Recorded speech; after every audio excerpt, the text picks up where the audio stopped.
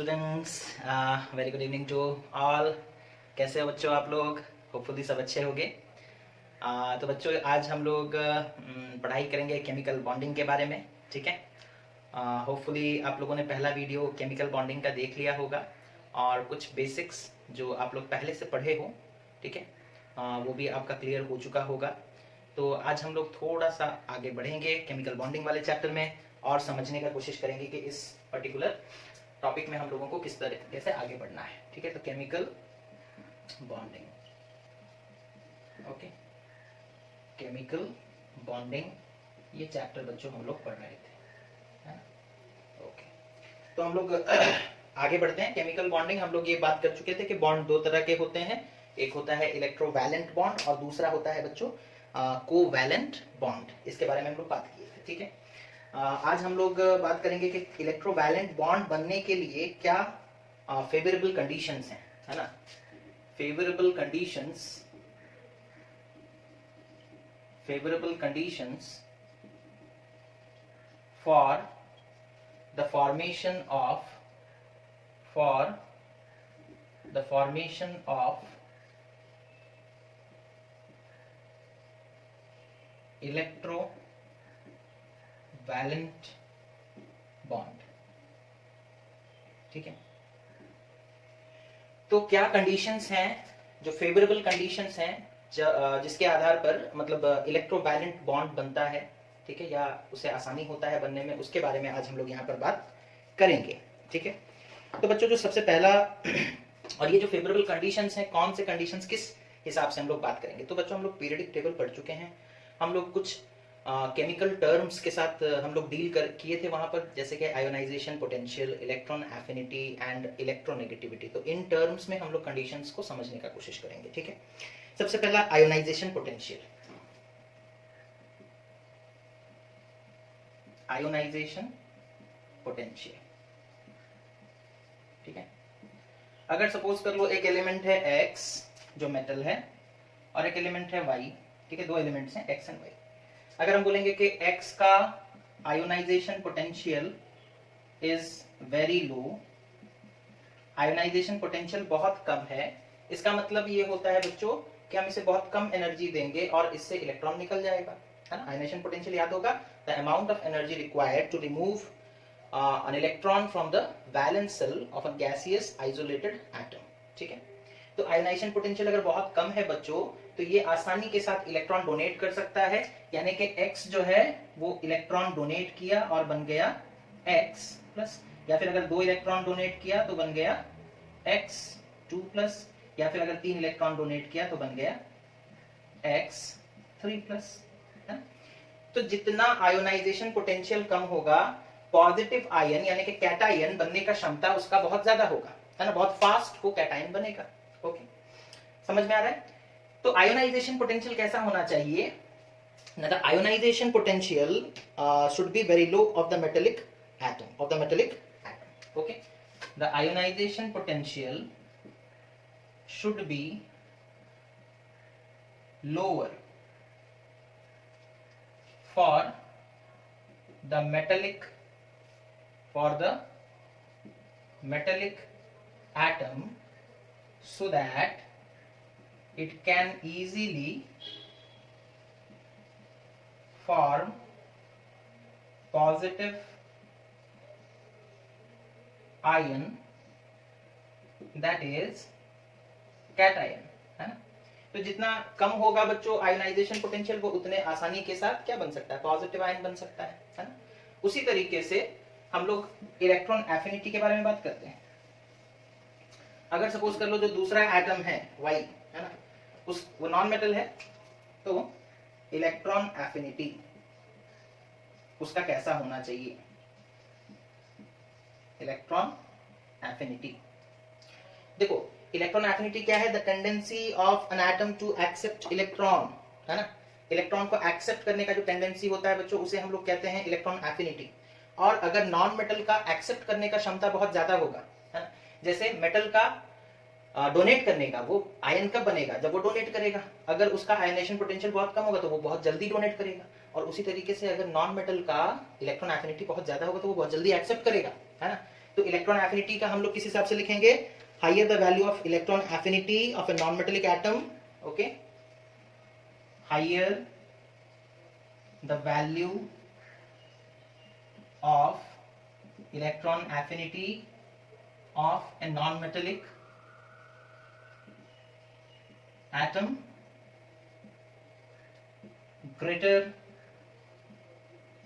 is the ease, okay, higher the value of electron affinity of the non-metallic atom, greater is the ease of formation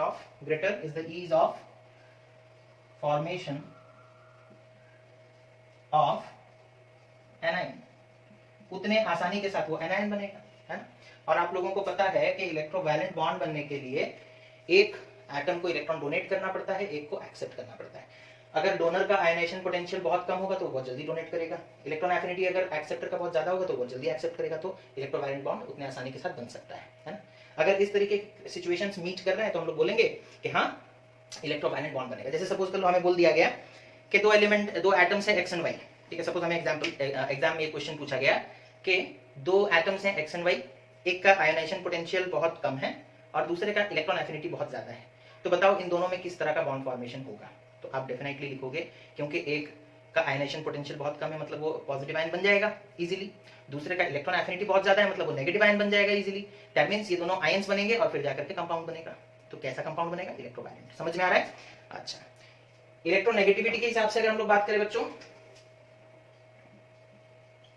electronegativity के बारे हिसाब से अगर हम लोग बात करेंगे, ठीक है, तो जो कंबाइनिंग एटम्स है एक्स एंड वाई, है ना, एक्स एंड वाई, ठीक है। वाई आपको पता है कि ये नॉन मेटल हम लोग यहाँ पर बोल रहे हैं और एक्स को हम लोग क्या बोल रहे हैं, मेटल बोल रहे हैं। तो वाई का इलेक्ट्रॉन एफिनिटी बहुत ज्यादा होना चाहिए, है ना, और एक्स का आयनाइजेशन पोटेंशियल बहुत कम होना चाहिए, तब जाकर के इलेक्ट्रोवैलेंट बॉन्ड बनेगा। अच्छा, अगर हम लोग बात करते हैं बच्चों इलेक्ट्रोनेगेटिविटी के हिसाब से, आप हमें बताओ जब हम लोग एक पीरियड में लेफ्ट से राइट मूव करते हैं तो इलेक्ट्रोनेगेटिविटी बढ़ता है, यानी कि जो नॉन मेटल है उसका इलेक्ट्रोनेगेटिविटी कैसा होता है, ज्यादा होता है। जो मेटल होता है बच्चों वो पीरियड के लेफ्ट में होता है। हम लोग जब भी एक पीरियड में मूव करते हैं लेफ्ट टू राइट तो सबसे पहले कौन सा एलिमेंट आता है, मेटल, उसके बाद मेटल मेटल, इस तरीके से नॉन मेटल हम लोग जाते हैं, इलेक्ट्रोनेगेटिविटी बढ़ता है। तो इधर जो नॉन मेटल्स है उनका इलेक्ट्रोनेगेटिविटी बहुत ज्यादा होता है और इधर जो मेटल्स है उनका इलेक्ट्रोनेगेटिविटी बहुत कम होता है, तो डिफरेंस ज्यादा आएगा, है ना, डिफरेंस ज्यादा आएगा। अब आपको इस तरीके से अगर बोला जाए क्वेश्चन में कि दो एटम्स हैं उनका इलेक्ट्रोनेगेटिविटी डिफरेंस बहुत ज्यादा है, आप बताइए कि किस तरह का बॉन्ड फॉर्मेशन होगा, इलेक्ट्रोवैलेंट होगा, है ना।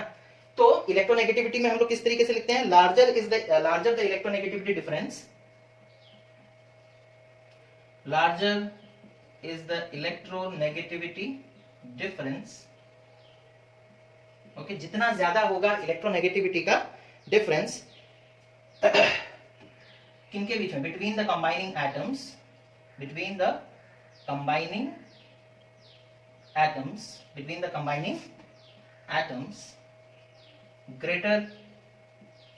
is the ease of electron transfer, उतने आसानी के साथ इलेक्ट्रॉन ट्रांसफर हो पाएगा, तो समझ में आया। अगर हम बोलेंगे दो एलिमेंट्स हैं उनके बीच में इलेक्ट्रोनेगेटिविटी का डिफरेंस बहुत ज्यादा है, किस तरह का बॉन्ड फॉर्मेशन करेंगे, तो जितना ज्यादा होगा इलेक्ट्रोनेगेटिविटी का डिफरेंस उतना ज्यादा टेंडेंसी होगा इलेक्ट्रोवैलेंट बॉन्ड बनने का, उतना ज्यादा पॉसिबिलिटी होगा इलेक्ट्रोवैलेंट बॉन्ड बनने का। समझ में आ रहा है? होपफुली ये चीज आप लोगों को समझ में आ गया हो, है ना। मिटा देते हैं इसे, आप लोग नोट डाउन कर लेंगे। ओके,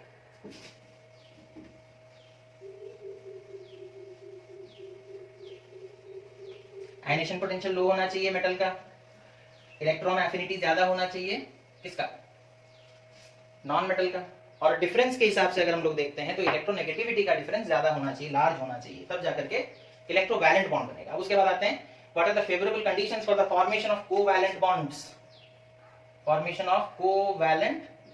bonds, कोवैलेंट बॉन्ड्स बनने के लिए फेवरेबल कंडीशन क्या है। अच्छा, पहले आप ये सोचो कि कोवैलेंट बॉन्ड बनता किसमें, नॉन मेटल और नॉन मेटल में, है ना, मेटल और नॉन मेटल के बीच में इलेक्ट्रोवैलेंट बॉन्ड, नॉन मेटल और नॉन मेटल के बीच में बनता है क्या, covalent bond.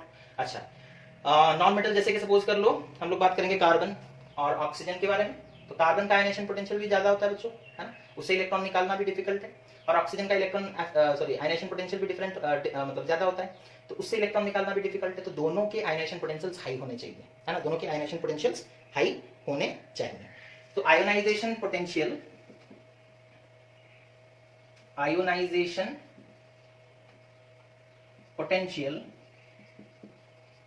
of the combining atoms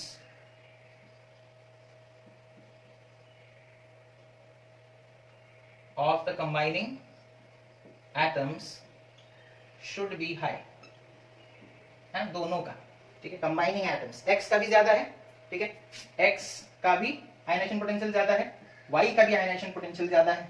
तो ये लोग एक्स वाई बनेंगे कैसे? क्या ये इलेक्ट्रॉन डोनेट कर सकता है इजीली? नहीं कर सकता, आयनाइजेशन पोटेंशियल हाई है, ये इलेक्ट्रॉन इससे निकालना मुश्किल है, इससे भी इलेक्ट्रॉन निकालना मुश्किल है। तो फाइनली होगा क्या? वो लोग शेयर करेंगे, फाइनली होगा क्या? वो लोग शेयर करेंगे और एक कोवैलेंट बॉन्ड बनेगा, ठीक है। तो आयनाइजेशन पोटेंशियल के आधार पर अगर हम लोग देखते हैं बच्चों, तो दोनों का आयनाइजेशन पोटेंशियल ज्यादा होना चाहिए। इलेक्ट्रोवैलेंट में क्या था? एक का कम होता था, मेटेलिक एटम का आयनाइजेशन पोटेंशियल कम होता था और जो नॉन मेटेलिक एटम है उसका आयनाइजेशन पोटेंशियल ज्यादा होता था। एक से इलेक्ट्रॉन निकाल पाना बड़ा आसान था, तो पॉजिटिव आयन बन जाता था, और दूसरे का इलेक्ट्रॉन एफिनिटी ज्यादा था तो वो नेगेटिव आयन बन जाता था। लेकिन यहाँ पर तो दोनों का ही आयनाइजेशन पोटेंशियल ज्यादा है, ये भी देना नहीं चाहता है, इससे भी इलेक्ट्रॉन निकालना डिफिकल्ट है, उससे भी इलेक्ट्रॉन निकालना डिफिकल्ट है, तो होगा क्या? इलेक्ट्रॉन ट्रांसफर तो नहीं हो सकता, तो वहां पर क्या होगा? शेयरिंग होगा। तो ionisation potential of the combining atom should be high. Electron affinity भी हाई होगा बिकॉज़ दोनों नॉन मेटल्स ही हैं, electron affinity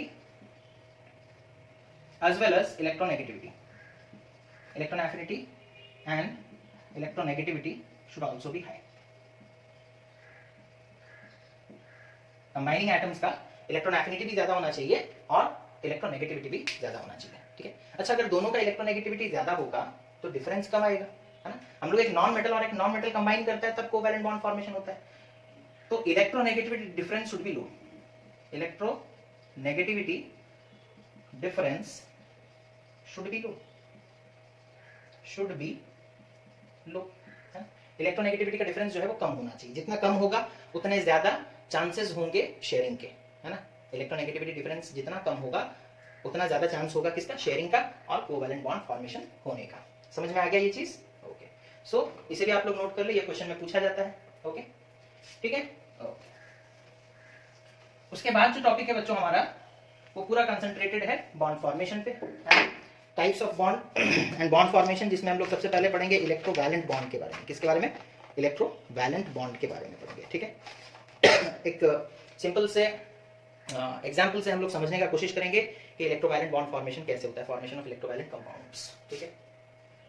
formation of electrovalent compounds, ठीक है, फॉर्मेशन ऑफ इलेक्ट्रोवैलेंट कंपाउंड्स, ठीक है। तो बच्चों, formation of electrovalent compounds involves transfer of valence electrons from one atom generally metallic to another atom generally non-metallic, ठीक है। तो in the formation of electrovalent compounds, ठीक है, it involves electron transfer from one atom which is generally metallic, metal से electron निकलेगा, to another atom which is generally non-metallic, okay, which is generally non-metallic। तो electron का transfer होगा बच्चों, तब जाकर के इलेक्ट्रोवैलेंट बॉन्ड फॉर्मेशन होगा और इलेक्ट्रोवैलेंट कंपाउंड बनेगा, है ना।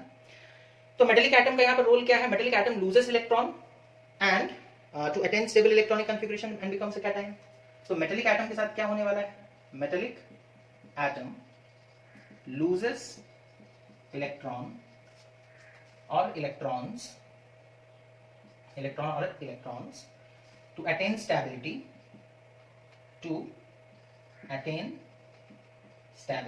ऐसा वो क्यों करता है? स्टेबल होने के लिए, टू अटेन व्हाट? स्टेबिलिटी, और हम लोग लिख सकते हैं to attain stable electronic configuration, to attain stable electronic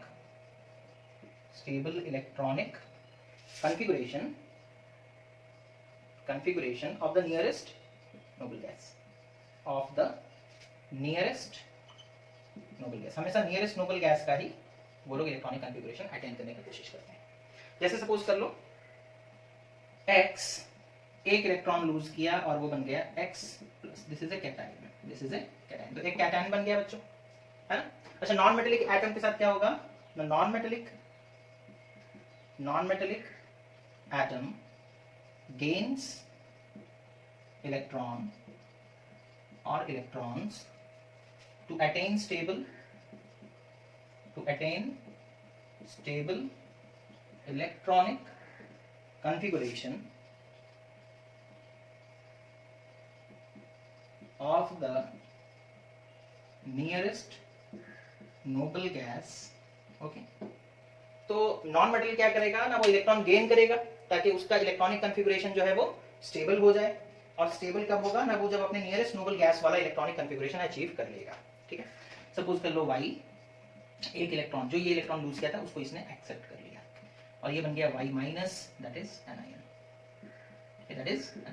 okay.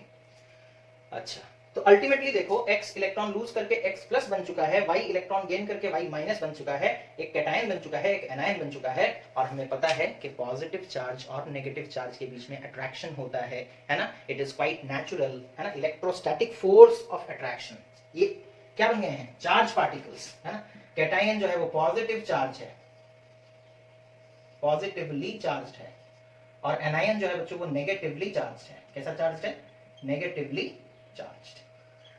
और इलेक्ट्रोस्टैटिक कहता है कि पॉजिटिव चार्ज और नेगेटिव चार्ज के बीच में अट्रैक्शन होगा, है ना। ठीक है, तो इस चीज को इतना नोट डाउन कर लो, ओके, दिख रहा है, ठीक है।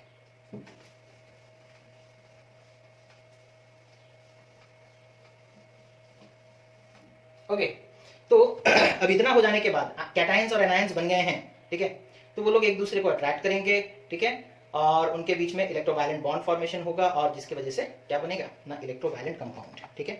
तो the cations and anions so formed, the cations and anions so formed attract each other with strong electrostatic force of attraction. Okay, जो कैटायंस और एनायंस हैं बच्चों, वो लोग एक दूसरे को अट्रैक्ट करेंगे और जो जिस फोर्स के साथ अट्रैक्ट करेंगे वो स्ट्रॉन्ग नेचर का होगा। इस चीज को ध्यान में रखोगे, है ना, आगे चलकर काम आएगा, क्योंकि प्रॉपर्टीज को समझाने के लिए बॉन्ड कौन सा स्ट्रॉन्ग है कौन सा वीक है वो भी जानना जरूरी है। और हम लोग यहाँ पर देख रहे हैं कि जो कैटायंस और एनायंस के बीच में मतलब फोर्स क्रिएट हो रहा है वो स्ट्रॉन्ग इलेक्ट्रोस्टैटिक फोर्स है, ठीक है। कैसा है, स्ट्रॉन्ग इलेक्ट्रोस्टैटिक फोर्स। तो इस तरीके से बन जाता है बच्चों क्या, the cations and anions so formed attract each other with strong electrostatic force of attraction, and in this way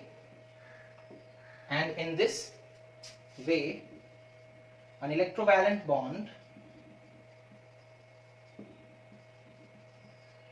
is formed. उनके बीच में कैसा बॉन्डिंग हो जाता है, बॉन्ड मतलब क्या है, बॉन्ड मतलब फोर्स ऑफ अट्रैक्शन। तो कैसा बॉन्ड बना, इलेक्ट्रोवैलेंट। इलेक्ट्रोवैलेंट क्यों, बिकॉज इलेक्ट्रो मतलब इलेक्ट्रॉन और वैलेंट मतलब वैलेंट सेल से ट्रांसफर हुआ है, ठीक है। तो bond is formed leading to the formation of electrovalent compound, leading to the formation of electrovalent compound, ठीक है। और इस तरीके से फाइनली हमें एक इलेक्ट्रोवैलेंट कंपाउंड मिल जाएगा, ठीक है। समझ में आ गया। तो ये बच्चों उनका एक जनरल प्रोसेस है। जो मेटल होता है वो हम यहाँ पर जब एग्जांपल ले रहे थे तो एक इलेक्ट्रॉन का लॉस दिखाया गया था, हो सकता है 2 इलेक्ट्रॉन लूज हो, जैसे मैग्नीशियम है तो वो 2 इलेक्ट्रॉन लूज कर सकता है, उसका वैलेंसी 2 है। और कैल्शियम है तो वो भी 2 इलेक्ट्रॉन लूज कर सकता है बिकॉज उसका वैलेंस सेल में भी 2 इलेक्ट्रॉन है। एल्यूमिनियम है तो वो 3 इलेक्ट्रॉन लूज कर सकता है बिकॉज उसके वैलेंस सेल में 3 इलेक्ट्रॉन है। हम लोग बस एक समझने के लिए जनरल एग्जाम्पल ले रहे थे कि एक्स मान लो एक एलिमेंट है, एक एटम है, ठीक है, atom of an element, metallic element, okay, जिसके आउटर मोस्ट सेल में 1 इलेक्ट्रॉन था तो वो 1 लूज किया, 2 होता तो 2 लूज करता, 3 होता तो 3 लूज करता। और वाई जो है वो 1 इलेक्ट्रॉन एक्सेप्ट किया, अगर उसके आउटर मोस्ट सेल में 6 इलेक्ट्रॉन्स होते तो वो 2 एक्सेप्ट करता, 5 होते तो वो 3 एक्सेप्ट करता, है ना। ये तो बस हम लोग एक समझने के लिए कि इलेक्ट्रॉन ट्रांसफर होगा इससे उसमें, ठीक है, समझ में आ गया। मिटा दें। अब कुछ टर्म्स हैं बच्चों, जैसे इलेक्ट्रोवैलेंट और आयनिक बॉन्ड किसे कहते हैं, ओके।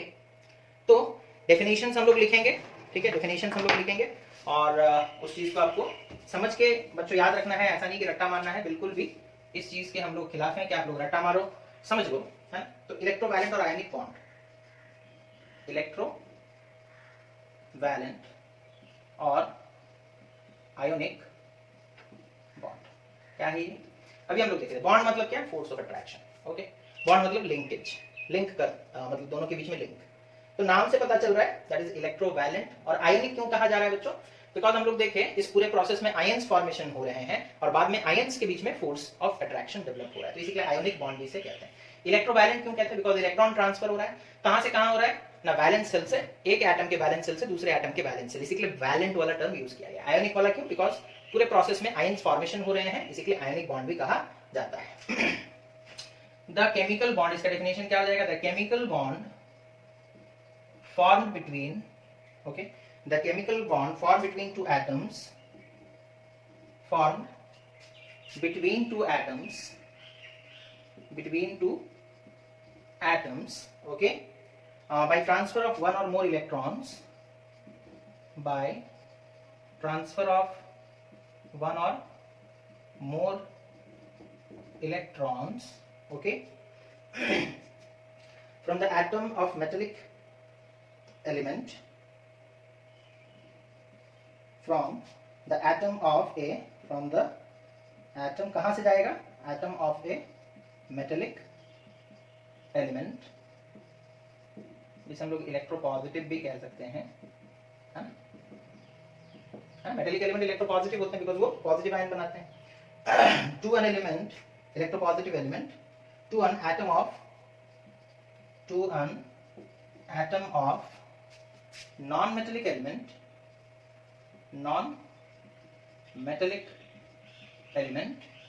अच्छा नॉन-मेटेलिक एलिमेंट को हम लोग क्या इलेक्ट्रोनेगेटिव बोल सकते हैं, है ना, बोल सकते हैं, दैट इज इलेक्ट्रोनेगेटिव, ओके। तो बच्चों the chemical bond form between, वो केमिकल बॉन्ड जो दो एटम्स के बीच में बनता है इलेक्ट्रॉन ट्रांसफर के द्वारा, है ना, एक या एक से अधिक इलेक्ट्रॉन्स जब ट्रांसफर होते हैं, कहां से होते हैं? From the atom of A metallic element, okay, from the atom of A metallic element, किसी एक मेटेलिक एलिमेंट यानी कि इलेक्ट्रोपॉजिटिव एलिमेंट से जाते हैं to an atom of non metallic element, okay. तो इस बॉन्ड को बच्चों हम लोग क्या कहते हैं? इलेक्ट्रोवैलेंट बॉन्ड कहते हैं, ओके। अब इसी जगह पर हम लोग इलेक्ट्रोवैलेंट और आयनिक बॉन्ड लिख दिए, ओके। इसी जगह पर हम क्या लिख सकते हैं? कंपाउंड लिख देंगे, तो कुछ चेंजेस नहीं करना पड़ेगा हमें, बस जहां जहां बॉन्ड लिखा है वहां वहां हम लोग कंपाउंड लिख देंगे, the chemical compound formed, okay, the chemical compound formed, ठीक, समझ में आ गया? ओके। अब उसके बाद एक टर्म है दैट इज इलेक्ट्रोवैलेंसी, इलेक्ट्रोवैलेंसी, ठीक है। इलेक्ट्रोवैलेंसी क्या होता है? देखो, इलेक्ट्रोवैलेंसी क्या है बच्चों? The number of atoms donated और accepted by an atom, okay, the number of electrons donated और accepted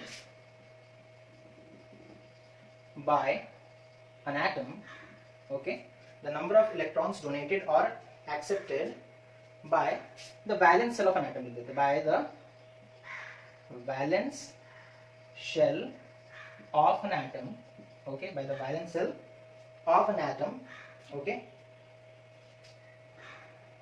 so as to achieve the stable electronic configuration, so as to achieve the stable electronic configuration of the nearest noble gas, of the nearest noble gas, है ना, उसी को electrovalency कहते हैं, ठीक। कितने electrons transfer किए जा रहे हैं, बड़ा आसान सा चीज है, जैसे अभी हम लोग बोले थे x जो है वो एक इलेक्ट्रॉन लूज किया तो उसका इलेक्ट्रोवैलेंसी 1 होगा, एक इलेक्ट्रॉन लूज कर रहा है। अगर कोई 2 इलेक्ट्रॉन लूज करेगा तो उसका इलेक्ट्रोवैलेंसी 2 होगा, अगर कोई 3 इलेक्ट्रॉन लूज करेगा तो उसका इलेक्ट्रोवैलेंसी 3 होगा। उसी तरीके से कोई एलिमेंट का एटम अगर एक इलेक्ट्रॉन एक्सेप्ट करता है तो डोनेटेड और एक्सेप्टेड लिखे हैं, the number of electrons donated और एक्सेप्टेड, ठीक है। जैसे सपोज कर लो हम लोग बोलेंगे मैग्नीशियम 2 इलेक्ट्रॉन लूज किया और बन गया Mg2+, है ना, Mg2+। और ऑक्सीजन 2 इलेक्ट्रॉन गेन किया और बन गया O2-। ठीक है, तो ये कितना लूज कर रहा है? 2। मैग्नीशियम कितना इलेक्ट्रॉन लूज किया है? 2। तो उसका इलेक्ट्रोवैलेंसी, मैग्नीशियम का इलेक्ट्रोवैलेंसी अगर हमसे पूछा जाएगा, मैग्नीशियम का इलेक्ट्रोवैलेंसी कितना होगा? 2। 2 इलेक्ट्रॉन लूज कर रहा है। अच्छा, ऑक्सीजन का अगर हमसे इलेक्ट्रोवैलेंसी पूछा जाएगा तो वो भी कितना होगा? 2, बिकॉज़ वो 2 इलेक्ट्रॉन एक्सेप्ट करता है। बहुत आसान सा चीज है ना। और फिर बाद में ये लोग MgO बन जाएंगे। क्या बन जाएंगे? MgO। समझ में आ गया बच्चों इलेक्ट्रोवैलेंसी क्या है? ओके, तो बच्चों आज के लिए इतना ही। हम लोग फिर नेक्स्ट जो वीडियो आएगा उसमें एग्जांपल्स के बारे में डिस्कशन करेंगे, एग्जांपल्स ऑफ इलेक्ट्रोवैलेंट कंपाउंड्स। ठीक है, तो आप अपना ख्याल रखें और पढ़ाई करते रहें बच्चों। ठीक है, फिर हम लोग नेक्स्ट वीडियो में मिलेंगे। तब तक के लिए have a nice day, take care, thank you.